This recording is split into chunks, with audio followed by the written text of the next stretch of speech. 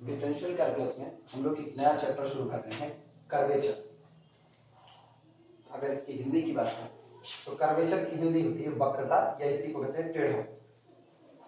दो चीजें होती हैं, एक होता है आपका मैथमेटिकल टर्म। जब आप मैथमेटिकल टर्म में कर्वेचर को डिफाइन कर रहे होते हो कि मैथमेटिकली आप कर्वेचर को कैसे रिप्रेजेंट करते हो और कर्वेचर के बारे में आप क्या कहते हो। दूसरा होता है आम जिंदगी की बातें। आम जिंदगी की अगर हम बात करें तो जैसे मान लो हम एक सड़क पर चल रहे हैं, कुछ ऐसे, ये अगर हम इस सड़क पर चल रहे हैं तो अगर हम इस एरिया की बात करें तो इस एरिया में हमको ऐसा लगेगा जैसे ये घुमाव कम है, लेकिन जब हम इस एरिया में पहुंचेंगे तो हमको लगेगा कि इस एरिया के रिस्पेक्ट में, मान लो यहाँ पर कोई एक आदमी खड़ा है और वो इसको यहाँ से ऑब्जर्व कर रहा है, तो वो कहेगा यहाँ पर सड़क में जो घुमाव, जो मोड़ आया है वो कम है, और इस एरिया में सड़क पर जो मोड़ आया है ये काफी ज्यादा है।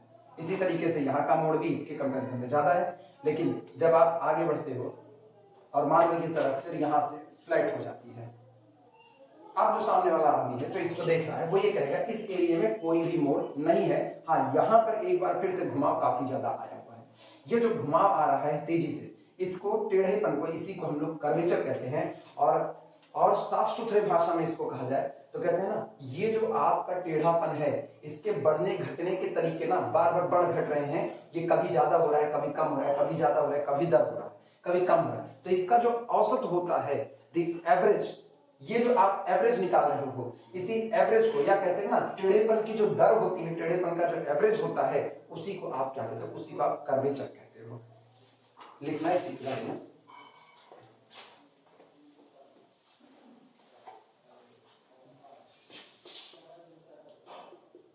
एक और तरीका है, आप टेंजेंट लाइन से इस बात को समझ सकते हो।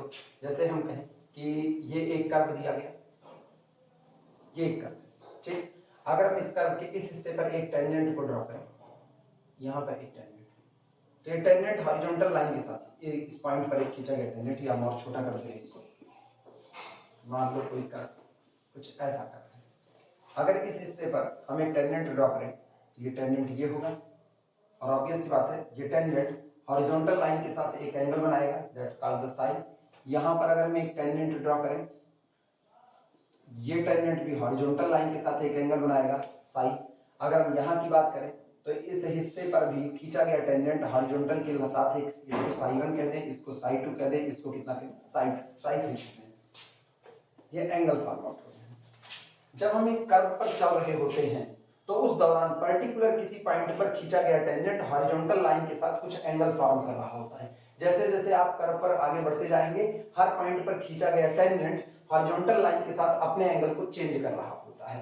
तो आप इसी एंगल के बदलने की दर को नाप लीजिए, D side D S, D side D S. ये जो आपका होता है दैट्स कॉल्ड द कर्वेचर, यानी एंगल में जो आपके एंगल के परिवर्तन की दर आ रही है, ये आपका क्या कहलाता है, ये आपका कर्वेचर कहलाता है। ये तो इस तरीके का वो मैथमेटिकल टर्म का है। रियल लाइफ में आप सीधे एक लाइन में बात खत्म कर सकते हो, टेढ़ेपन की माप को ही आप कर्वेचर कहते हो। शुरुआत करते हैं मैथमेटिकल टर्म से।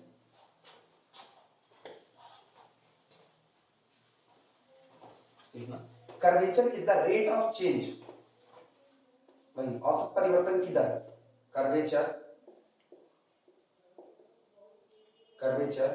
is the rate of, curvature is the rate of change of direction,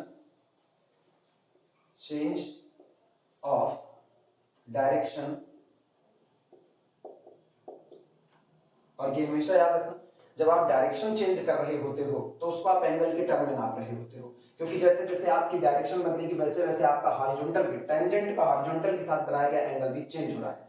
और अगर आपकी डायरेक्शन नहीं बदल रही, जैसे हम कहें कि एक आदमी एक सीधी लाइन पर चलता हुआ चला जा रहा है, तो इसका मतलब हॉरिजॉन्टल के साथ इसका बना हुआ एंगल साई कितना हो गया, 0। लेकिन ये सीधी लाइन पर चलते हुए उसके बाद ये मुड़ जाता है ऊपर की तरफ, तो अब इस पॉइंट पर अगर हम एक टेंजेंट ड्रॉ करें तो अब ये हॉरिजॉन्टल के साथ कितने का एंगल बनाएगा, 90 डिग्री का। लेकिन अगर यही आदमी चलता हुआ इस तरीके से थोड़ा तिरछे मुड़ता है तो इस पॉइंट पर खींचा गया टेंजेंट अब हॉरिजॉन्टल के साथ जो एंगल बनाएगा ये साई है। पहले साई 0 था, इस दुनिया पे आने पर साई अपना कितना हो गया, 90 डिग्री हो गया। और जब इस तरीके से मुड़ते हैं तो एंगल साई 30 डिग्री 60 डिग्री जो भी हो, इस तरीके से हो सकता है। यानी जब आप डायरेक्शन बदल रहे हो तो उस पर्टिकुलर पॉइंट पर खींचा गया टेंजेंट हॉरिजॉन्टल लाइन के साथ जो एंगल साई बना रहा है वो एंगल साई भी आपका चेंज हो रहा है। तो इसका मतलब अगर आप डायरेक्शन के चेंज होने की रेट निकाल रहे हो तो आपको वो रेट निकालना पड़ेगा एंगल साई के चेंज होने का। इसी चीज को लिखा है, curvature is the rate, curvature एक दर होती है किसके, चेंज होने के, और चेंज ऑफ डायरेक्शन, दिशा के परिवर्तन की दर को आप कर्वेचर कहते हो।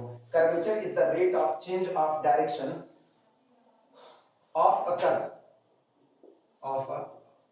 कर्व with respect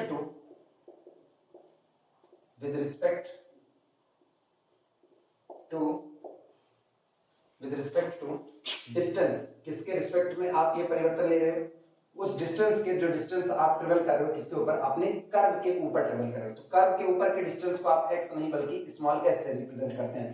ये बात हम लोग टेंजेंट नॉर्मल पढ़ते वक्त भी सीख चुके हैं। With respect to distance along, with respect to distance along the curve, ये डेफिनेशन है कर्वेचर की। Curvature is the rate of change of direction, curvature किसी भी दिए गए कर्व के पर्टिकुलर किसी पॉइंट पर अगर आप कर्वेचर निकालोगे तो वो curvature rate of change of direction होता है, यानी वो दिशा के परिवर्तन की दर होती है of the curve with respect to the distance, उस डिस्टेंस के रिस्पेक्ट में जो डिस्टेंस आप किसके अलाउंग चल रहे हो, अलाउंग द कर्व, आप कर्व के अलाउंग चल रहे हो। और अथवा करके लिखना, और या in other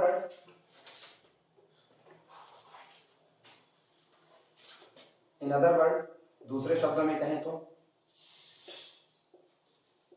in other word, curvature is nothing, curvature is nothing, curvature is nothing, it is measure of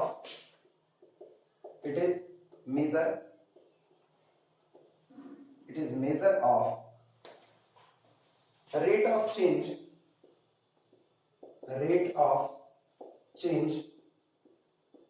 it is measure of rate of change in the curvature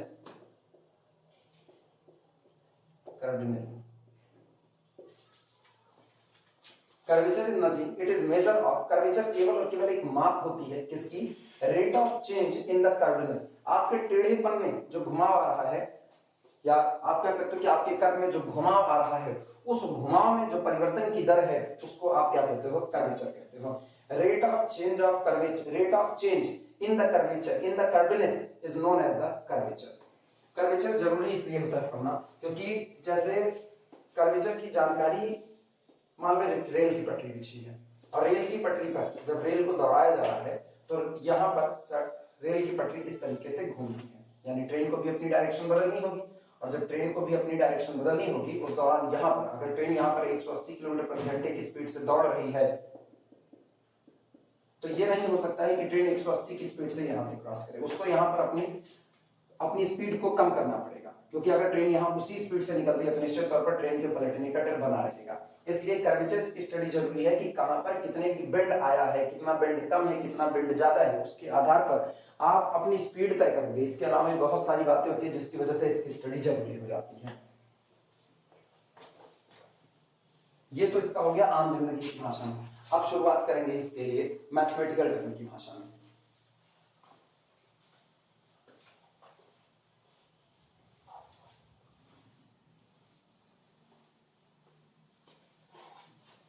note लगाना सबसे पहले। नोट, अगर मैं सीधी लाइन की बात करें, एक straight line की बात, जैसे अगर हम इस मार्कर की बात करें तो ये मार्कर पूरी तरह से सीधा है, यानी इस मार्कर में कोई बेंड नहीं है, तो एक स्ट्रेट लाइन में कोई भी कर्व नहीं होता है। जबकि अगर आप बात करें सर्किल पे, तो सर्किल आपकी कॉन्स्टेंटली जो घूमती हुई बदल रही है, तो सर्किल का कर्वेचर एकदम कांस्टेंट हमेशा बना रहता है, उसमें वो कर्वेचर टेढ़ापन बरकरार रहता है। नोट में लेना, देयर इज नो बेंडिंग, यहाँ पर कोई भी बेंड, कोई भी मोड़ नहीं होता है। नोट में पहला नंबर है, there is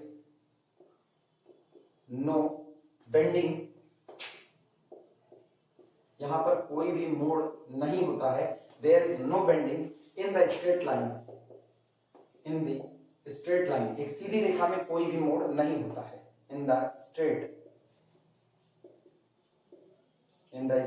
line there is no bending in the straight line, while जबकि while in a circle, जबकि अगर आप एक सर्किल की बात करो, while in a circle there is a constant bending, there is a constant bending, जबकि अगर आप बात करें किसी सर्किल की तो एक सर्किल में बेंडिंग यानी मोड़ हमेशा कांस्टेंट बना रहता है। एग्जाम्पल के तौर पर ये सामने एक लाइन खींची जा रही है, इस लाइन में कोई मोड़ नहीं आएगा, आप सीधे चले जाओगे। जबकि अगर आप एक सर्किल की बात करो, सर्किल में अगर बेंड कांस्टेंट ना होता तो ये सर्किल ही ना बनता, और जबकि आप क्या करो कांस्टेंटली आप अपने आप को बेंड करवा रहे हो, ये बेंड हो गया। अब आप यहाँ से चलते जाए, हम जिस रास्ते पर जा रहे हैं हम लगातार मुड़ रहे हैं लगातार, और एक कांस्टेंट बेंड रख रहे हैं, क्योंकि अगर ये बेंड कांस्टेंट ना होता तो ये सर्किल ना बन रहा होता। तो इसी बात को लिखा गया, there is no bend in a straight line, किसी स्ट्रेट लाइन में कोई भी मोड़ नहीं होता है, वाइल जबकि in a circle there is a constant bending, जबकि एक सर्किल में एक कांस्टेंट बेंडिंग, एक कांस्टेंट मोड़ हमेशा बना रहता है। और कर्वेचर इस बात का स्टडी होता है कि कोई दिया गया कर्व कितना शार्पली मुड़ रहा है या कितना कम शार्पली मुड़ रहा है। जैसे हम कहें, अगर हम इसकी बात करें और हम इसकी बात करें तो कहा जाएगा पॉइंट कैपिटल क्यू पर इसमें जो बेंड आया है, इसमें जो मोड़ आया है वो कम है, और पॉइंट कैपिटल पी पर जो बेंड आया है वो काफी ज्यादा है। तो कहा जाएगा ये कर्व पी पर शार्पली मुड़ गया, जबकि क्यू पर कम शार्पली मुड़ा। शार्पली मतलब बड़े तीखेपन के साथ मुड़ा। जैसे अगर हम कहें इसको, ये पी से भी ज्यादा शार्प यहाँ पी डैश पर मूव हुआ है। अगर हम तीनों कर्व की बात करें तो एक आदमी यहाँ से स्मूथली चलता हुआ हल्का सा बेंड होता हुआ रास्ते पर बढ़ता है, जबकि वो आदमी जब यहाँ से चलता है पी पर पहुंचता है तो बड़े तेजी से ढाल कर नीचे आता है, और यहाँ पर पी से सी पी डैश से सीधे नीचे गिरता है। तो इनकी और इनकी बात करें तो इसके हिस्से में शार्पनेस कम है, इसके हिस्से में तीखापन कम है, इसके हिस्से में तीक्ष्णता काफी ज्यादा है, और इससे भी ज्यादा तीक्ष्णता यहाँ पर मौजूद है। इसको आप कह सकते हैं कि इन तीनों में शार्प बेंडिंग अगर देखी जाए कि सबसे शार्पली कौन बेंड हुआ है तो पी डैश, उससे कम शार्पली कोई बेंड हुआ है तो पी हुआ, और उससे कम शार्पली बेंड हुआ है तो कैपिटल क्यू हुआ है। इसी बात को नोट नंबर 2 में कर देना। Curvature is the measure of how sharply, second note लगा देना, curvature is a measure, curvature is a measure, curvature is a measure of how sharply, कितने तीक्ष्णता के साथ, कितने तीखेपन के साथ, हाउ शार्पली, तेजी भी कह सकते हैं। Curvature is a measure of how sharply the curve bends, कितने तेजी से कोई कर्व मुड़ता है, the curve bends, full stop, note कर लीजिए। अब ये तो हो गई आम जिंदगी की भाषा। आपसे कोई पूछे कर्वेचर क्या होता है नॉर्मली, तो आप ये कहोगे कर्वेचर को आप कह सकते हो कर्वेचर इज अ मेजर, ये नाप होती है उस बात की कि कोई दिया गया कर्व कितने तेजी के साथ बेंड होता है। जो कम तेजी के साथ बेंड होगा हम कहेंगे इसमें तीक्ष्णता, इसमें वक्रता, टेढ़ापन कम है। जो बहुत तेजी के साथ बेंड होगा उसमें आप कह सकते हो कि इसमें वक्रता बहुत ज्यादा है। जैसे एग्जाम्पल के तौर पर कोई पढ़ा रहा है, मेरे ख्याल से समझदार को इशारा काफी है, ये बातें समझ आ ही गई होंगी। पढ़ाते पढ़ाते क्लास में सडनली मूड स्विंग हो जाए और आप थोड़ी देर हंसते हंसते पढ़ा रहे हो, उसके बाद आप रूड बिहेव पर आ जाओ एकदम से, तो आप कहा जाएगा कि आपका कर्वेचर बहुत ज्यादा है। और अगर आप पोलाइटली उसी बिहेव में पहली क्लास पढ़ाते हो, उसी में दूसरी पढ़ाते हो, तीसरी पढ़ाते हो, नॉर्मली आप पूरे क्लास में आप सारी चीजों को बहुत इत्मीनान से बैलेंस करते हो, तो कहा जाएगा आपका कर्वेचर कम है। इसी तरीके से किसी कर्व से कौन सा कर्व कितने तीखे से चेंज होता है, कितने कम तेजी से चेंज होता है, उसका जो मेजरमेंट होता है उसी का मेजरमेंट आपका क्या कहलाता है, कर्वेचर, या इसी को वक्रता कहते हैं। हिंदी में इसी को एक लाइन में खत्म किया जाए, टेढ़ेपन की माप कर्वेचर कहलाता है।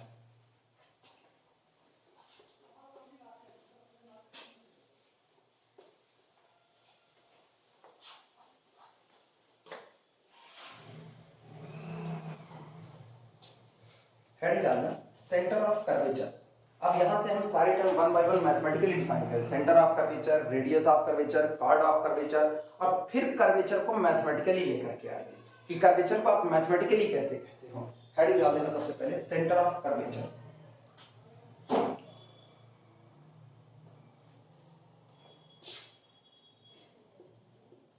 Centre of curvature, centre of curvature. एक छोटा सा फिगर बना लेना।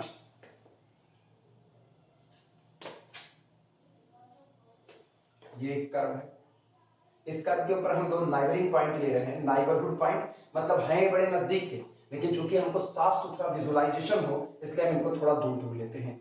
एक पॉइंट हम यहाँ पर ले रहे हैं कैपिटल P, और दूसरा पॉइंट हम यहाँ पर ले रहे हैं कैपिटल Q। दो पॉइंट हम ले रहे हैं। ये हमारे पास है O, ये हमारा है x एक्सिस, ये हो गया y एक्सिस, ये पॉइंट हो गया कैपिटल P और ये पॉइंट हो गया कैपिटल Q।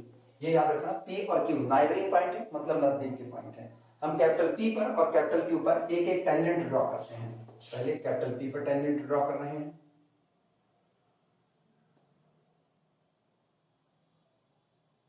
और फिर कैपिटल Q पर एक टेंजेंट। तुम लोग सीधी लाइन बनाना, मेरी शायद सीधी लाइन ना बने, फिर भी ये पॉइंट कैप, अब इस पॉइंट को हम यहाँ लेते हैं वरना कंफ्यूजन होगी। पॉइंट कैपिटल Q पर खींचा गया टेंजेंट, और ये पॉइंट कैपिटल P पर खींचा गया टेंजेंट। दो टेंजेंट निकल के आए।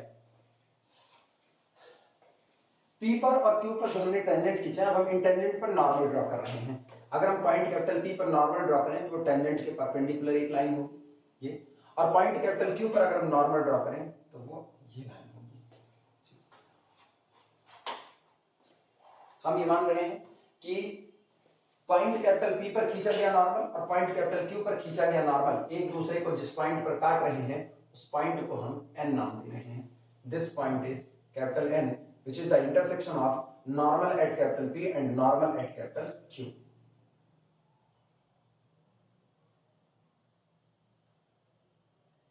तुम लोग इसे सीधी लाइन बनाना।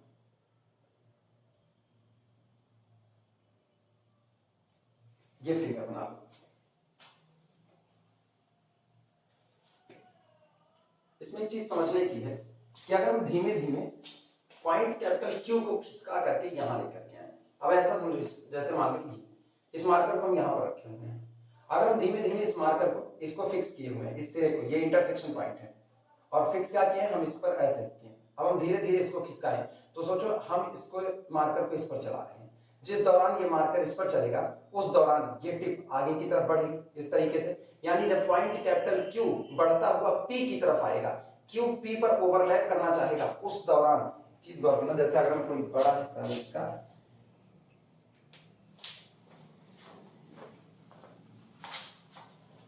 ये गौर आज तो ये पॉइंट कैपिटल Q, ये पॉइंट कैपिटल Q है जहां हम इसको धीमे धीमे इस पर खिसका रहे हैं। अभी आज की तारीख में ये यहाँ पॉइंट कैपिटल N पर मिल रहा है। जब हम Q को लेकर के P के पास आएंगे तो गौर करो ये अंगूठा ऊपर की तरफ उठ रहा है, और जिस वक्त ये यहाँ पर ओवरलैप कर जाएगा ये N ना रह करके बल्कि यहाँ कहीं आ जाएगा। फिर से वापस देख लो, ये रहा, ये पॉइंट कैपिटल Q है, पॉइंट कैपिटल Q को हम P पर ला रहे हैं और इसी कर्व पर ही हमें चलना है, तो उस दौरान ये अपनी जगह से थोड़ा सा ऊपर की तरफ खिसक रहा है, और ये जब ये यहां ओवरलैप करेगा तो जो नॉर्मल आपने Q पर खींचा था वो नॉर्मल इस लाइन से होता हुआ अब N पर नहीं बल्कि कहीं आगे जाकर के मिलेगा, और जहां जाकर के मिलेगा उस पॉइंट को हम कह देते हैं कि ये पॉइंट मेरा कौन है, ये कैपिटल C है।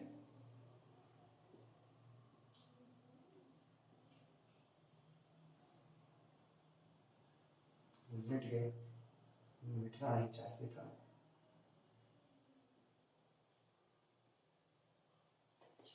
पॉइंट कैपिटल Q, दोनों का नॉर्मल, P पर खींचा गया नॉर्मल और Q पर खींचा गया नॉर्मल N पर इंटरसेक्ट कर रहा है, और ये पॉइंट कैपिटल C है जिसको हम कहने वाले हैं when point capital Q tending to the point capital P, जब पॉइंट Q पॉइंट P की तरफ आएगा उस दौरान ये जो नॉर्मल आपका QM है, ये नॉर्मल भी धीमे धीमे थोड़ा सा उठेगा, और ये जब Q P पर ओवरलैप कर जाएगा तो ये जहां पर जाकर के मिलेगा वो पॉइंट कैपिटल C होगा। ये फिगर सेटअप कर लो और अब लिखने की शुरुआत करो।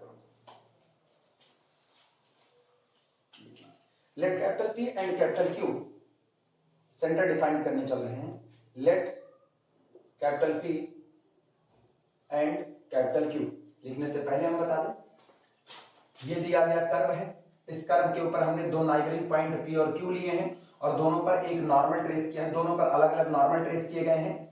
टेंजेंट के ऊपर जो लाइन परपेंडिकुलर होती है वो कर्व के पर्टिकुलर पॉइंट पर खींचा गया नॉर्मल होता है, तो P पर खींचा गया नॉर्मल और Q पर खींचा गया नॉर्मल, जहां पर इंटरसेक्ट करते हैं वो पॉइंट कैपिटल N है।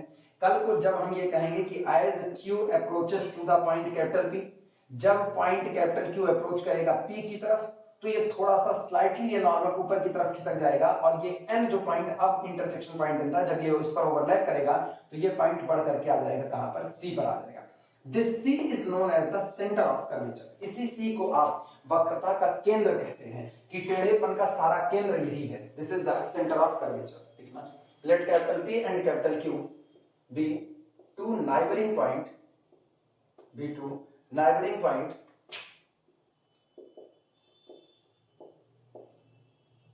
be two neighboring point be two neighboring points on the curve, neighboring points on the curve such that, और ये इस प्रकार है कि such that arc PQ is concave, concave का मतलब होता है धंसा हुआ, concave towards its chord, towards its chord। ध्यान दें, point capital P capital Q curve के पॉइंट है। अगर हम इन दोनों को एक सीधी लाइन से मिलाएं तो ये लाइन जीवा कहलाती है और इसी को इंग्लिश में कॉर्ड कहा जाता है, जीवा या कॉर्ड। PQ स्ट्रेट लाइन जो PQ है, कहा यह जा रहा है कि point capital P capital Q are the two neighbouring points on the curve such that, और ये इस कर्व पर मौजूद इस तरीके के पॉइंट हैं कि अगर आप कॉर्ड की तरफ से देखोगे, कॉर्ड PQ की तरफ से, तो ये जो कर्व है ये धंसा हुआ नजर आएगा, यानी कॉन्केव नजर आएगा। ये ऐसा, ये है P और ये आपका है कैपिटल Q, और जब आप कॉर्ड की तरफ से कर्व को आप देखोगे तो आपको धंसा हुआ नजर आएगा। अगर यही कोई बाहर से देखे तो इसको कॉन्वेक्स नजर आएगा, उभरा हुआ। यहां खड़ा हुआ आदमी के लिए ये कर्व उभरा हुआ है और इधर खड़े आदमी के लिए ये कर्व धंसा हुआ है, यानी इधर से देखने पर कॉन्केव है और इधर से देखने पर कॉन्वेक्स है। इसी चीज को यहां पर लिखा गया, let capital P and capital Q be the two neighbouring points on the curve such that, ये कर्व पर लिए गए इस तरीके के नाइबरिंग पॉइंट है, पड़ोस के बिंदु हैं, सच दैट कि आर्क PQ इज कॉन्केव, जो आपका ये आर्क PQ है, ये आर्क PQ कॉन्केव धंसा हुआ होता है टुवर्ड्स इट्स कॉर्ड, अपने कॉर्ड की तरफ से धंसा हुआ प्रतीत होता है। फिर लिखना, let the normal at capital P and capital Q, let the normal at capital P and capital Q, हम ये मान रहे हैं कि पॉइंट कैपिटल P और पॉइंट कैपिटल Q पर खींचा गया नॉर्मल एक दूसरे को N पर इंटरसेक्ट करते हैं। let the normal at capital P and capital Q intersect at capital N, ये लोग एक दूसरे को कैपिटल N पर इंटरसेक्ट करते हैं। अब लिखने चल रहे हैं, when Q approaches to the P, जब Q आएगा किसकी तरफ, P की तरफ आएगा, लाइन चेंज करके लिखना, if, यदि capital Q tending to the P और approaches to the P capital N, तब ये intersection point N, whenever P approaches to the Q, this N approaches to the C, as Q tending to the P, N tends, ये C हमने माना है, जहां पर ये जाकर के रुकेगा, या कह सकते हैं जब जब Q बढ़ रहा होगा P की तरफ, उस दौरान N किसी डिफरेंट पोजीशन की तरफ बढ़ रहा होगा और उसी डिफरेंट पोजीशन को हमने C माना हुआ है, निश्चित बिंदु की तरफ। N tends to a definite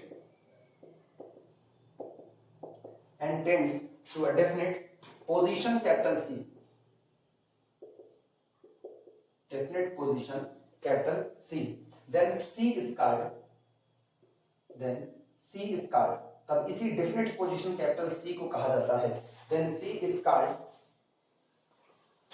the center of curvature, is called the center of curvature, then this C is called the center of curvature, ठीक, of the curve of the curve, centre of curvature of the curve. लेकिन ये जिस curvature के लिए centre बन रहा है, curve पर मौजूद जिस पॉइंट के कर्वेचर के लिए सेंटर बन रहा है, वो पॉइंट कौन है? कैपिटल P है, क्योंकि Q बढ़ रहा है किसकी तरफ? P की तरफ। अगर ये P बढ़ रहा होता किसकी तरफ? Q की तरफ, तो ये नीचे खिसकता, तब सेंटर कहीं नीचे आ रहा होता। यानी अलग अलग पॉइंट पर सेंटर ऑफ कर्वेचर अलग अलग आ सकता है। Centre of the curvature of the curve at capital P, at capital P। ये बात पहले भी तय की जा चुकी है कि जब आप किसी सड़क पर चल रहे होते तो पूरी सड़क पर टेढ़ापन एक जैसा नहीं होता, कहीं पर टेढ़ापन कम, कहीं पर टेढ़ापन ज्यादा होता है। इसका मतलब हुआ कि सड़क पर जब आप इस वक्त चल रहे हो, यहाँ पर जब आप खड़े हो तो आपका सेंटर ऑफ कर्वेचर कुछ और होगा, यहाँ सेंटर ऑफ कर्वेचर कुछ और होगा, इस पॉइंट के लिए सेंटर ऑफ कर्वेचर और होगा। जैसे हम इनको कहें, इस पर हमने एक नॉर्मल ट्रेस किया, ऑब्वियस सी बात है यहाँ का टेंजेंट ये होगा, इस पर खींचा गया टेंजेंट ये होगा, और इस पॉइंट पर खींचा गया टेंजेंट ये होगा। ये तीन अलग अलग टेंजेंट, इस पर हमने नॉर्मल ट्रेस किया ये, इस पर नॉर्मल ट्रेस किया ये, और इस पर जो नॉर्मल ट्रेस किया। अब ये तीनों नॉर्मल एक जगह थोड़ी काट रहे हैं। सबसे पहले इन दोनों की बात करें। अगर हम इसके लिए सेंटर ऑफ कर्वेचर की बात करें तो गौर करना, ये पॉइंट N है। जब ये पॉइंट खिसकेगा किसकी तरफ? इसकी तरफ। तो सोचो जिस वक्त ये खिसक रहा है तो ये नीचे वाली लाइन थोड़ा और नीचे दब रही होगी, ये ऐसा पकड़ो इसको और इसको नीचे लाओ, और इसको धीमे धीमे जैसे जैसे आप इसको यूं घुमाते जाओगे, अब ये गौर करना, मान लो यहाँ पर आया तो ये खिसक करके यहाँ कहाँ है? ये यहाँ आ गई। अब कि ये यहाँ पहुंचा तो ये सीधी लाइन यहाँ पहुंच गई, यहाँ कहीं पर ये यहाँ पहुंच गया, जब यहाँ तो ये सीधी लाइन और कहीं यहाँ आ गई, और मान लो यहाँ पहुंच गया, तो ये आपका सेंटर ऑफ कर्वेचर हो रहा होगा। फिर से वापस खींचना इस बात को, ये लाइन, अब ये इस तरीके से हाथ का मूवमेंट देखना, यहां से ये चलता हुआ हाथ ऊपर जा रहा है तो ये लाइन नीचे की तरफ आ रही है, यहां कहीं पर ये सेंटर ऑफ कर्वेचर बनेगा। लेकिन ये सेंटर ऑफ कर्वेचर इस पॉइंट का है यहां पर, जबकि अगर आप इस पॉइंट को इधर खिसकाओ, इसको इधर, तो सोचो आपकी ये वाली लाइन उठेगी और ये यहां कहीं आएगा, तो इस पॉइंट का सेंटर ऑफ कर्वेचर यहां पर बन रहा होगा। आप इस पॉइंट को यहां पर इसकी तरफ लेकर के आओ, जब ये पॉइंट इसकी तरफ आएगा तो आपकी इन दोनों का कटान, इनका और इनका, ये इनका कटान है। जब ये बढ़ेगा इसकी तरफ तो ये पॉइंट नीचे खिसक रहा होगा कहीं इधर, तो यहाँ पर सेंटर ऑफ कर्वेचर बनेगा। इसको इधर खिसकाओ तो ऊपर की तरफ आएगा। तो हर पॉइंट के लिए सेंटर ऑफ कर्वेचर अलग अलग हो सकता है। मेन बात ये है, आप जिधर मूव कर रहे हो आप उसका सेंटर ऑफ कर्वेचर निकाल रहे हो। हमने यहाँ लिखा as Q approaches to the P, तो इसका मतलब हम सेंटर ऑफ कर्वेचर जिसकी बात करने चल रहे हैं वो किस पॉइंट पर सेंटर बात कर रहे हैं? P पर। P के लिए सेंटर ऑफ कर्वेचर कौन होगा? C होगा।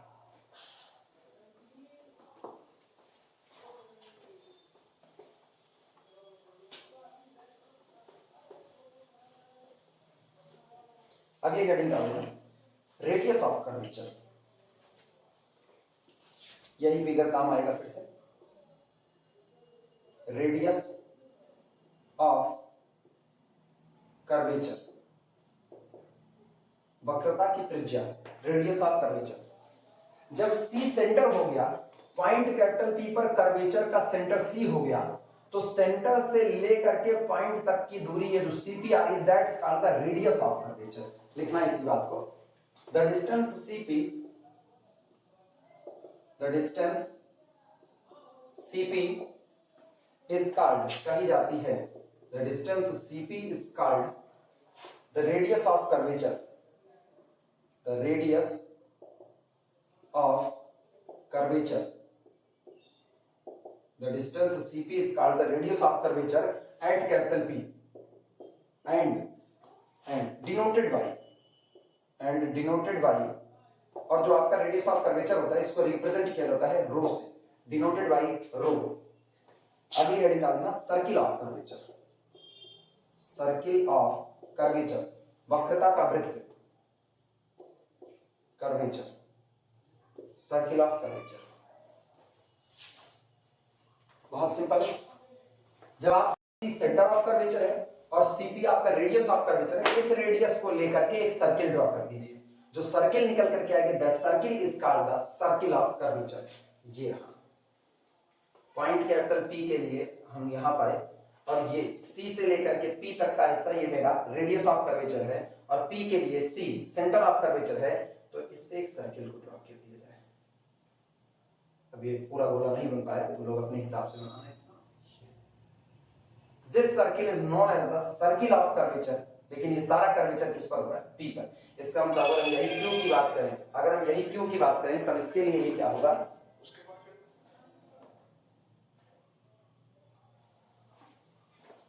क्यू के लिए कोई और निकल करके आएगा, मतलब आज तो ये सी पर आया फिर कहीं और जाता, उसके लिए एक सर्किल ड्रॉ करते हैं, this is the circle of curvature, लेकिन ये कर्वेचर पॉइंट कैपिटल क्यू का होता है।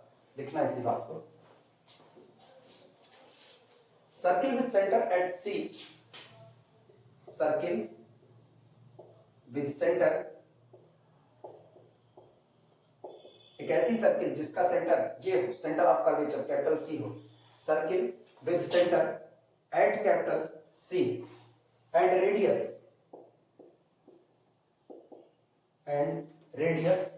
सीपी इज कॉल्ड, कही जाती है, is called the circle of curvature, is called the circle of curvature, is called the circle of curvature of the curve, of the curve at capital P, point capital P पर, curve के ऊपर मौजूद point capital P पर मौजूद curvature की ये circle कही जाएगी, वक्रता का वृत्त कहा जाएगा। नोट कर लो इसे, इसके बाद हम लोग अगली हेडिंग डालेंगे कॉर्ड ऑफ कर्वेचर, लेकिन पहले ये नोट कर लो फिर चलते हैं आगे।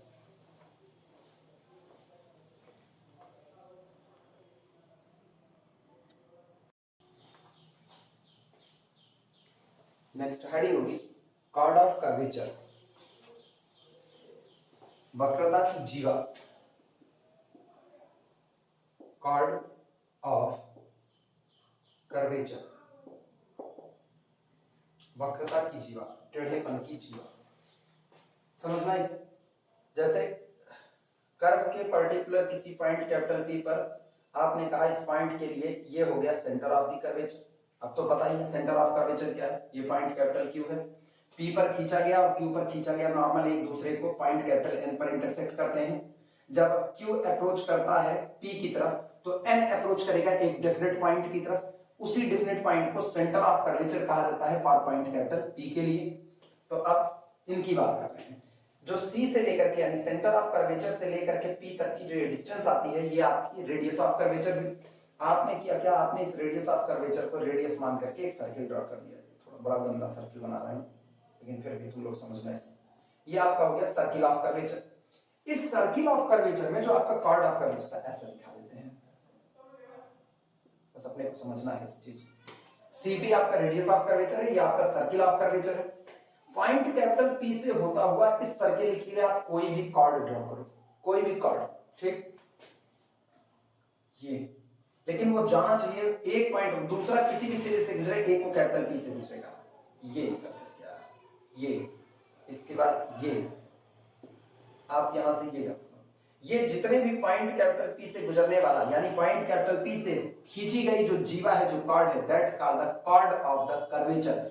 सारा का सारा कर्वेचर पॉइंट कैपिटल पी की बात हो रही है, इसीलिए हर बार जो महत्ता दी जा रही है, जो हम लोग मेन जिसको समझ रहे हैं वो कौन है, कैपिटल पी है। तो सारी की सारी जीवा कहां से पास होनी चाहिए, पी से। पी से खींचा गया हर एक कॉर्ड जिस नाम से जाना जाएगा वो नाम है कॉर्ड ऑफ कर्वेचर, इसी को आप वक्रता की जीवा कहते हो। लिखना इसी बात, any chord of this circle, any chord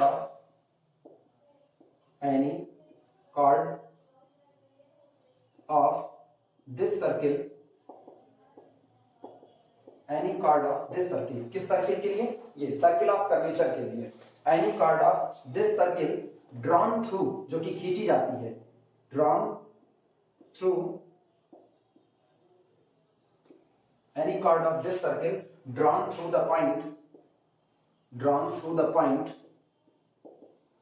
capital P is called, कही जाती है, is called a chord of curvature, is called a chord of curvature,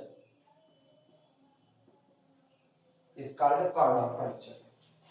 कोई भी कॉर्ड जो पॉइंट कैपिटल P से होकर के खींचा जाएगा उसे आप कॉर्ड ऑफ कर्वेचर कहते हैं। कर्वेचर, अब मैथमेटिकली हम कर्वेचर को करें, जो आपका रेडियस ऑफ कर्वेचर होता है सीपी, इसी का आप रेसिप्रोकल ले लो 1/cp, that's called the radius of the curvature, sorry उल्टा बोल रहे हैं, दैट्स कॉल्ड द कर्वेचर। देखना, the reciprocal of radius of curvature known as the curvature.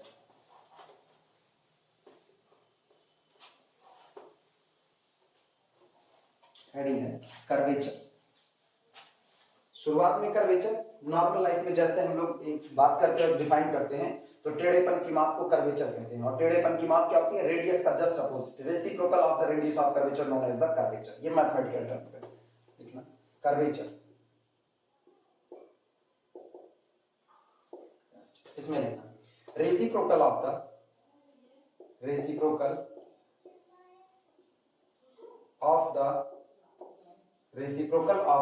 Distance CP या रो कहें या रेडियस ऑफ कर्वेचर कहें, reciprocal of the distance CP जिसको हमने रो माना है, reciprocal of the distance CP is called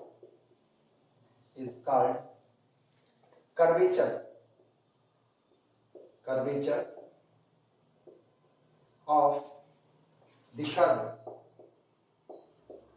off the curve at capital P. This is called curvature of the curve at capital P. Note कर लो इसे।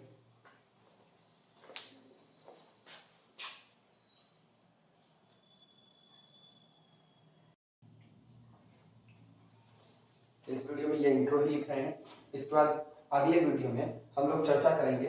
अब हम लोग रो को फार्मूला निकालेंगे कि रेडियस ऑफ कर्वेचर क्या होता है, तो रेडियस ऑफ कर्वेचर के लिए फार्मूला निकालेंगे और न्यूमेरिकल ट्राई करेंगे।